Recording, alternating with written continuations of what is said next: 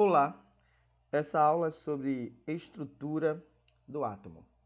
Esse conteúdo é bem fácil, não é preciso nenhum pré-requisito, apenas que você saiba o conceito básico, o que é um átomo, certo? Então eu vou abordar agora, iremos começar a falar sobre a formação de íons, que é algo muito fácil de entender como é que forma um íon. Primeiramente, quero que você saiba que íons são são átomos que apresentam cargas elétricas ou positiva ou negativa. O átomo, eles são eletricamente neutros. Por exemplo, a gente tem o cálcio. O cálcio, ele tem um número atômico 20. A gente sabe que o número atômico é representado pela letra Z, certo? E se o número atômico é 20, então o número de prótons, ou seja, de cargas positivas, também é 20. E o número de elétrons também é 20. Isso vai acontecer se esse átomo aqui do cálcio ou se ele for eletricamente neutro. Eletricamente neutro. O que isso quer dizer? Que a soma das cargas positivas e negativas vai dar zero. Ou, em outras palavras, o número de prótons de cargas positivas é igual ao número de cargas negativas, o número de elétrons.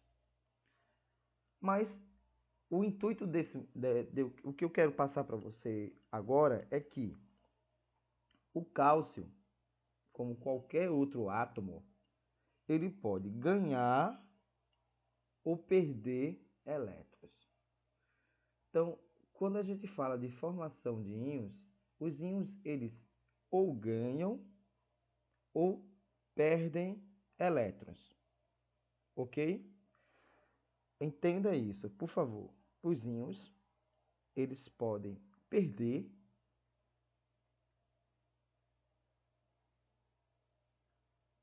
ou eles podem ganhar.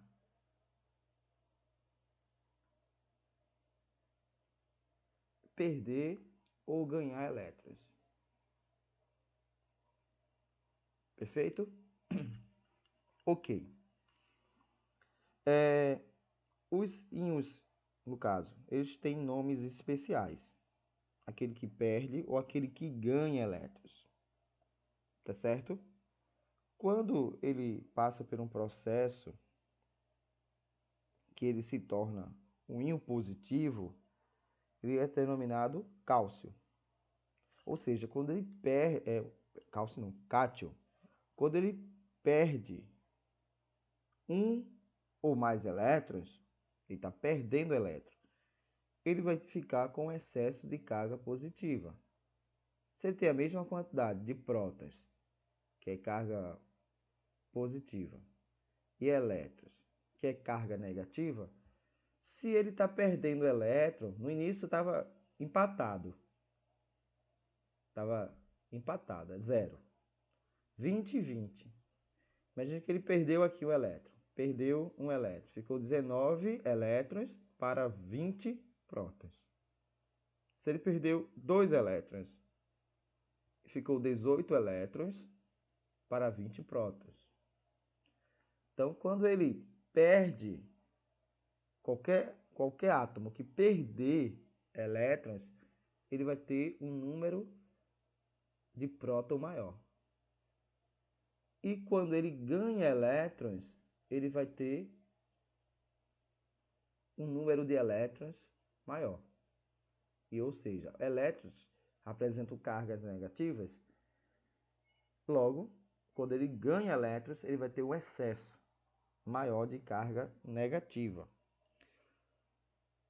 Os átomos que perdem elétrons, eles são denominados cátions.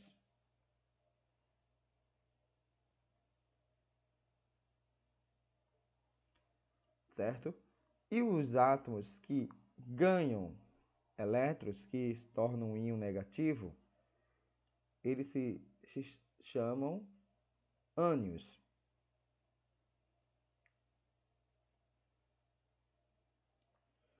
Então, temos o cátion e o ânion.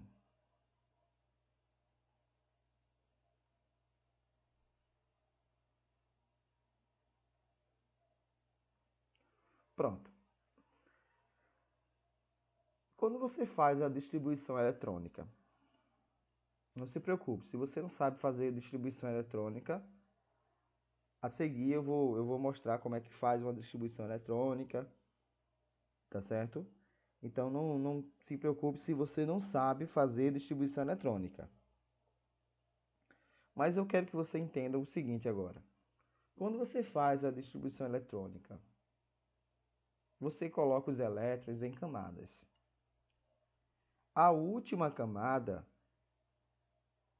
ela é chamada camada de valência. Então, a carga de um íon é chamado valência. A carga do íon é chamado de valência. Tá certo? Então, é um ponto aqui que a gente vai entender, que é a valência.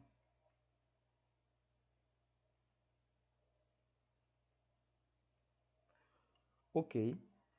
E a valência é indicada por um número, certo? Esse número vai indicar a quantidade de elétrons que o átomo perdeu ou ganhou. Você coloca um número com a carga positiva, você está indicando que aquela quantidade daquele número foi a quantidade que o átomo perdeu. Quando você coloca o número com carga negativa, com sinal de menos, você estará indicando a quantidade que aquele átomo ganhou de elétrons. Certo? É bem fácil. No caso aqui do cálcio, ele, para ter a estabilidade, né, ele vai perder 2 elétrons. Então, o íon cálcio, vou colocar aqui, vai ser Ca, C maiúsculo, A minúsculo, é a representação do cálcio. E aqui na valência eu vou colocar 2 mais, certo? Então, eu estou dizendo aí que esse cátion é um cátion, porque tem carga positiva. É um cátion, ok? Tem carga positiva. Esse cátion, ele tem uma valência. Qual a valência dele? A valência dele é 2 mais. Qual a valência do íon cátion aqui? 2 mais. Ou seja, ele é um átomo bivalente. Por quê? Porque a valência dele é 2.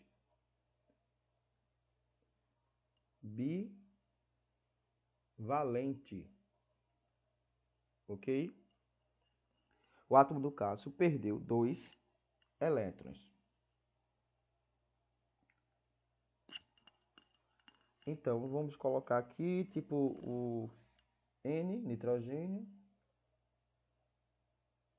3 menos. Nesse caso, o nitrogênio, ficou faltando aqui, ó, 3 menos. A carga dele é negativa. Se a carga dele é negativa, ele é um ânion. Aqui, menos, negativo, carga negativa. E a valência dele é 3. É 3. Isso indica que esse átomo ele é trivalente.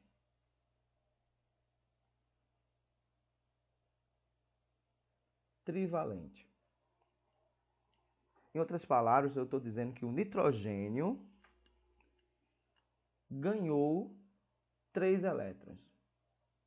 Lembrando que os ânions, os íons que apresentam carga negativa, são aqueles que ganham. E os cátions são aqueles que perdem elétrons. É bem fácil de a gente entender dessa forma.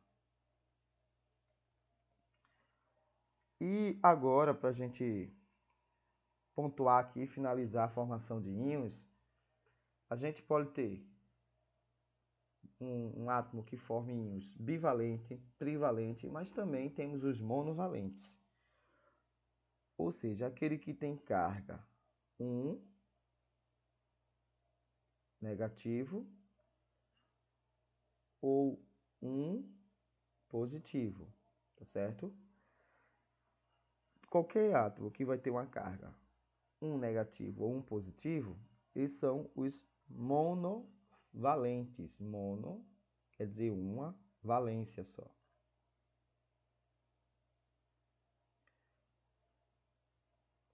Monovalente. E quando aparecer, e vai aparecer muitos, aí quando você estiver fazendo a sua química, estudando, vai aparecer vários. E os monovalentes não precisa você colocar o número 1. Você pode suprimir o número 1. Então o sódio ele vai perder um elétron. Então ele vai ficar com excesso de carga positiva. Então no caso do sódio, que é o Na, eu só vou precisar colocar Na+. Não vou precisar colocar o número 1. Tipo 1+. Na 1+. Não, só preciso colocar o Na+. No caso do cloro, que é o Cl, eu só vou colocar o sinal menos. O cloro ele só ganha um elétron, então não preciso colocar um menos, apenas o sinal de menos, negativo. Aqui eu estou representando um cátion, porque tem carga positiva, é chamado cátion monovalente. E aqui, no caso do cloro, estou representando um ânion. Os ânions são aqueles átomos que perdem elétrons, ficam com carga negativa. Então, estou representando aqui um ânion monovalente do cloro. Tá certo? E vamos continuar.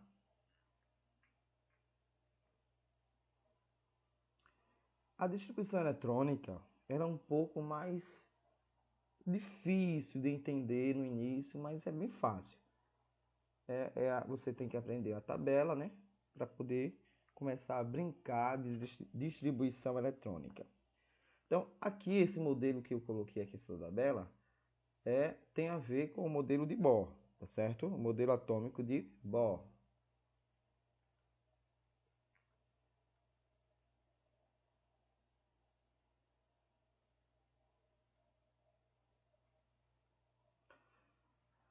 De um lado você vê os níveis de energia. Aqui está marcado de 1 a 7, porque teoricamente, né, nós sabemos que os níveis de energia podem ser infinitos. Mas na prática a gente só consegue chegar aqui até 7. Né? Na verdade, na prática é isso que acontece. Teoricamente seria até o infinito. Mas temos 7 níveis de energia. O que é isso? Níveis de energia. Porque para o modelo de Bohr, cada órbita, os elétrons não ficam girando ao redor do átomo. Então, cada órbita do elétron tem uma energia quantizada. Ou seja, existe um número de energia ali, um valor, um número quantizado. Ou seja, uma quantidade específica. E assim o modelo apresenta níveis de energia. Certo? Os níveis de energia, esses níveis de energia são conhecidos como os números quânticos principais. N, está aqui.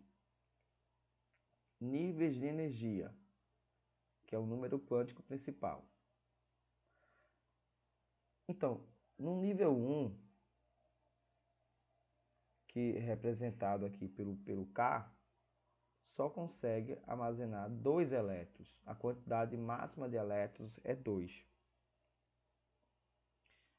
Perceba que temos 7 níveis, K, L, M, N, O, P, Q, e a sequência é bem fácil assim de decorar. 2, 8, 18, 32. Aí volta, 32, 18, 8. Ó, depois do 32, volta para o 32, desce para o 18 novamente e desce para o 8. Pronto, chegamos aqui. Então, de 1 a 7, 1 é a órbita, né? A camada mais próxima do núcleo, e a 7 a mais afastada. Vamos dizer que os níveis de energia estão associados à energia potencial, que vocês estudam lá em física, certo? Que vocês lembram que a energia potencial, né? É aquela energia que está armazenada nos corpos, nos sistemas, enfim, que pode ser transformada em outra forma de energia a qualquer momento para realizar o trabalho, né? E você estuda isso lá em física. Então essa tabela aqui, ela é bem objetiva. Se você for fazer a distribuição usando essa tabela, na primeira camada você só pode colocar 2, na segunda camada L, o número máximo de elétrons é 8, máximo, você pode colocar menos de 8 no caso, mas não pode colocar mais. Aqui estamos representando, a tabela está representando o número máximo de elétrons que você pode colocar em cada camada, certo? É bem fácil, não tem mistério para aprender isso. Vamos lá, né? Se o boro,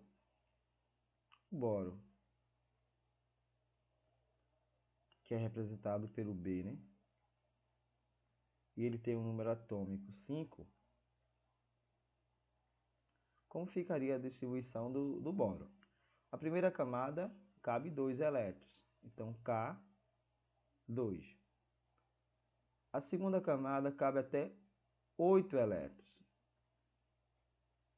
Mas para chegar a 5, já tem um 2, para chegar a 5, falta 3, certo? Então aqui, 3 elétrons. Então o boro tem 2 camadas. A primeira camada com 2 elétrons, a quantidade de elétrons na primeira camada é K, e a quantidade de elétrons na segunda camada é 3.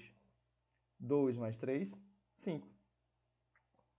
Por que 5? Ó, se Z é igual a 5, toda vez eu estou colocando isso para você, que ó, Z é igual, um átomo eletricamente neutro, né, a quantidade de prótons, que é igual à quantidade de elétrons. Então, o boro aqui não tem nenhuma carga, então ele não é um íon, ele é um átomo eletricamente neutro. Então, a quantidade aqui de elétrons é a mesma quantidade do número atômico. Não tem mistério em observar isso.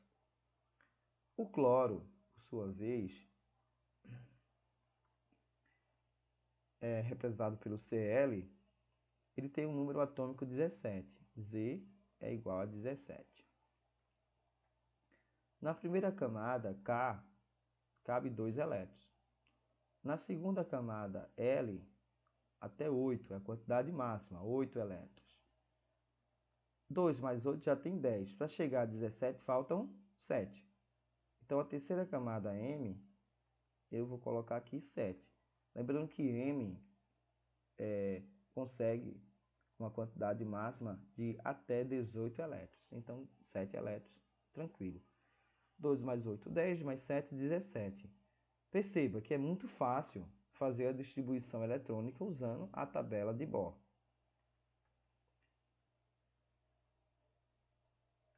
Pessoal, não é difícil, tá certo? Essa tabela agora, que eu estou colocando para vocês, ela está mostrando para vocês cada nível de energia e a quantidade máxima de elétrons em cada subnível, certo? Vejam só, existe nível de energia principal, tá certo?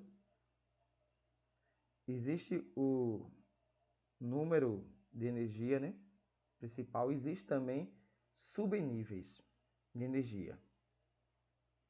Então, o nível de energia N, aqui, o nível de energia N principal, ele é dividido em subníveis de energia.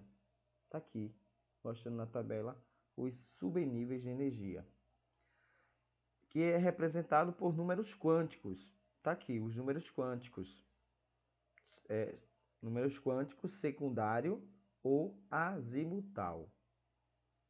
Tá certo? Número quântico secundário ou azimutal. Também aqui pode ser chamado assim. Mas vamos chamar de números quânticos secundário. L, representado pela letra L.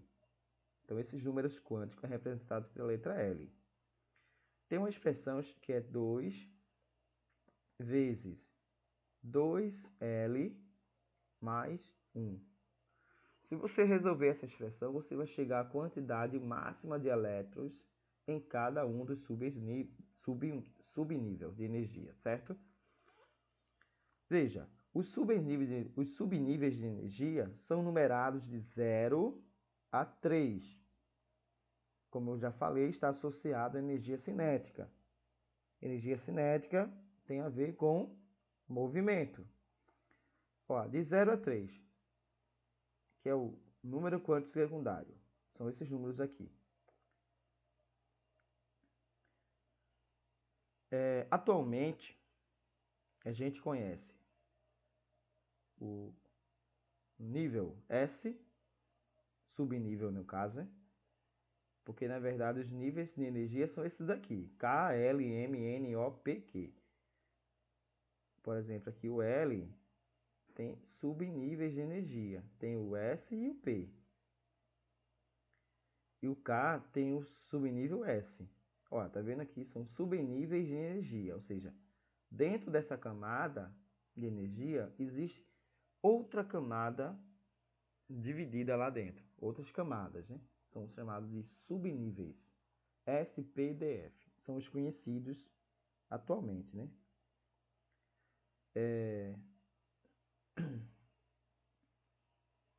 Isso na prática. São conhecidos esses subníveis de energia. Se a gente quiser chegar à quantidade máxima de elétrons nesses subníveis, a gente usa essa fórmula aqui. Então, aqui dentro dos parênteses, 2 vezes 0 é 0, certo? Mais 1 é 1. 2 vezes 1, 2. Aqui, trocando L por 1, no caso de P, quantos elétrons eu posso colocar em P? Ó, 2 vezes 1 é 2. Mais 1 é 3. 2 vezes 3, 6. Certo? Em D, eu vou substituir na fórmula aqui. Nessa fórmula, vai ficar 2 vezes 2 é 4, mais 1 vai dar 5. 2 vezes 5, 10. Ok. Subnível, a quantidade máxima no subnível D é 10. Em F, o número quântico secundário é 3. Então, vou substituir aqui o L, que é o número quântico secundário, por 3. 2 vezes 3, 6 mais 1, 7. 2 vezes 7, 14.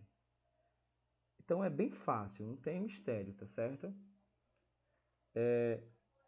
Essa tabelinha aqui, para fazer a distribuição, eu vou explicar daqui a pouquinho, mas não fique preocupado com isso agora não. A distribuição de Linus Pauling, tá bom?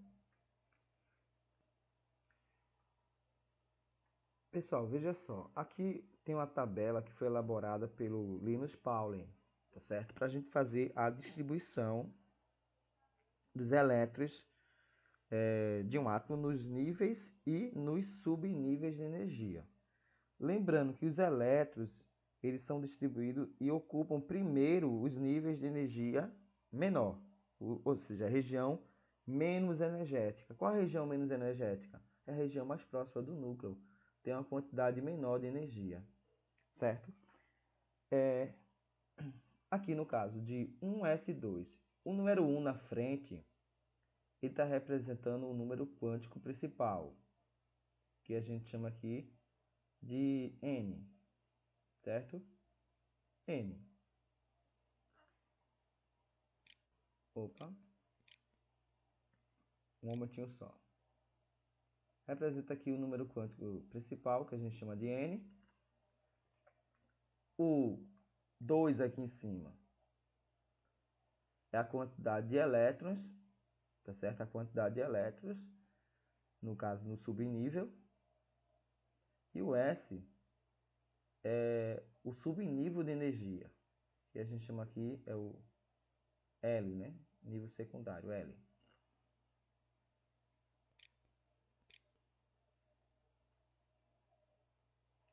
Então, a distribuição de Linus Pauling é essa daqui, a tabelinha. Ó, em K, a gente tem 2 elétrons. Aquela mesma história, tem 2 aqui. Ó. Em L, a gente tem 2 e 6. 2 mais 6 dá 8. Aqui nós vamos ter 18 elétrons em M. Então, é bem fácil. Uma coisa que vocês podem fazer para memorizar essa tabela é lembrar, na hora de construir a tabela, dessa frase, sem pão da fome. Olha, S, sem, P, pão, sem pão. S, sem, P, pão, D, dá, sem pão dá. S, sem, P, pão, D, dá, F, fome, sem pão dá fome.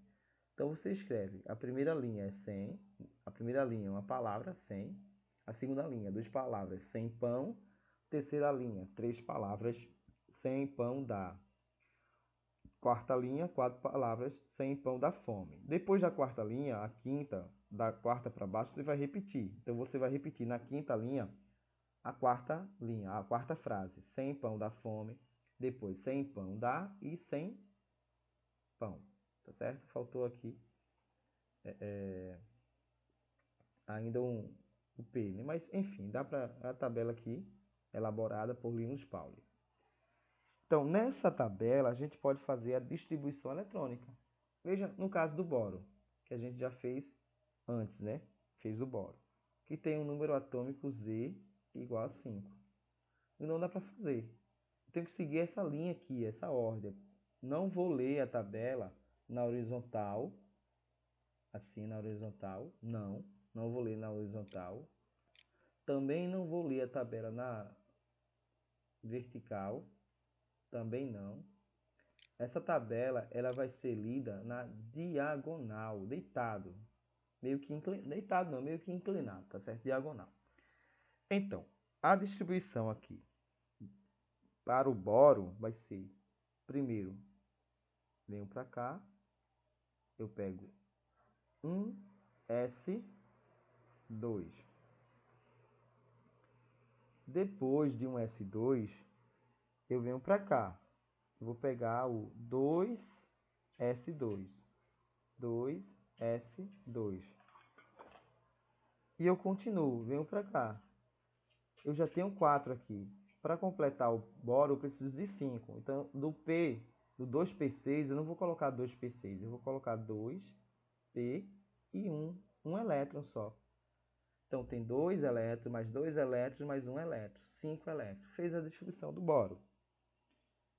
A gente também mostrou ali do cloro, como é feito aqui em Linus Pauling. Veja só, o cloro ele tem 17 elétrons. O número atômico é igual a 17.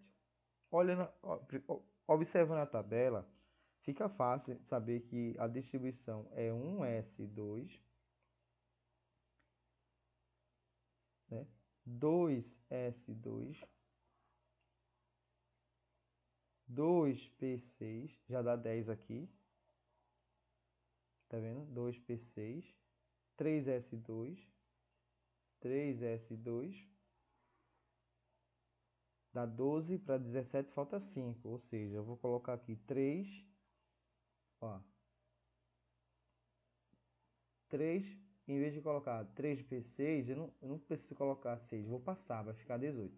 Vou colocar aqui 3p5, 3p5, porque aí vai dar 17, que é o número que a gente quer, certo? É bem fácil a distribuição de Linus Pauling. Não tem segredo para fazer a distribuição de Pauling. Se eu perguntar para vocês agora, qual é o elétron mais energético aqui no caso do boro? O elétron mais energético está aqui, ó, certo? Está no subnível P, 2p1.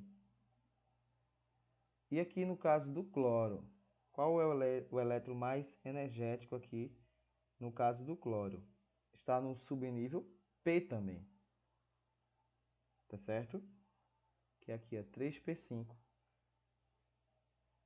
3p5. O ferro ele tem 26 elétrons. Então, o ferro ele tem um número atômico, né?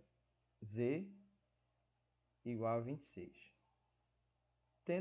Vocês tentem fazer a distribuição do ferro.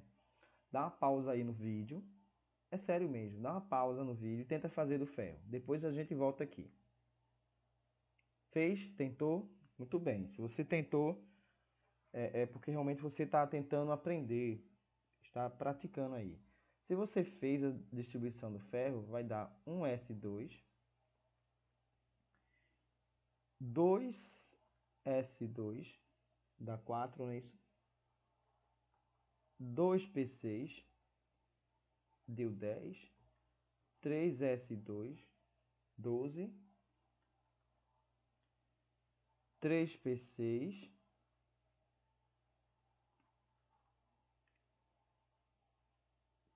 4s2 e 3d6, certo?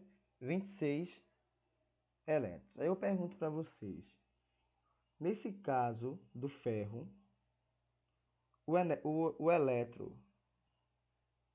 os elétrons mais energéticos estão aonde? São 6 elétrons mais energéticos. Aqui são 5 elétrons, no caso do cloro. No ferro, são 6 elétrons os mais energéticos, né? 6. Está aqui na camada 3, na terceira camada, porque tem um 3 na frente, na terceira camada. Os 6 elétrons que têm maior quantidade de energia estão na camada 3. Ok? Tá aqui o 3, é o último aqui. Ó.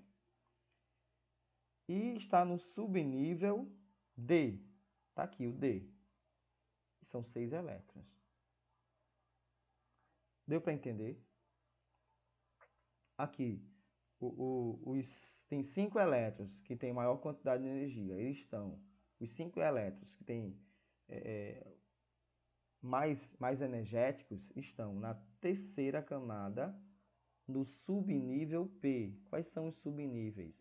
S, P, D e F. O S tem um limite, uma quantidade máxima de 2 elétrons, o P, 6, o D, 10 e o F, 14. É fácil, não é difícil.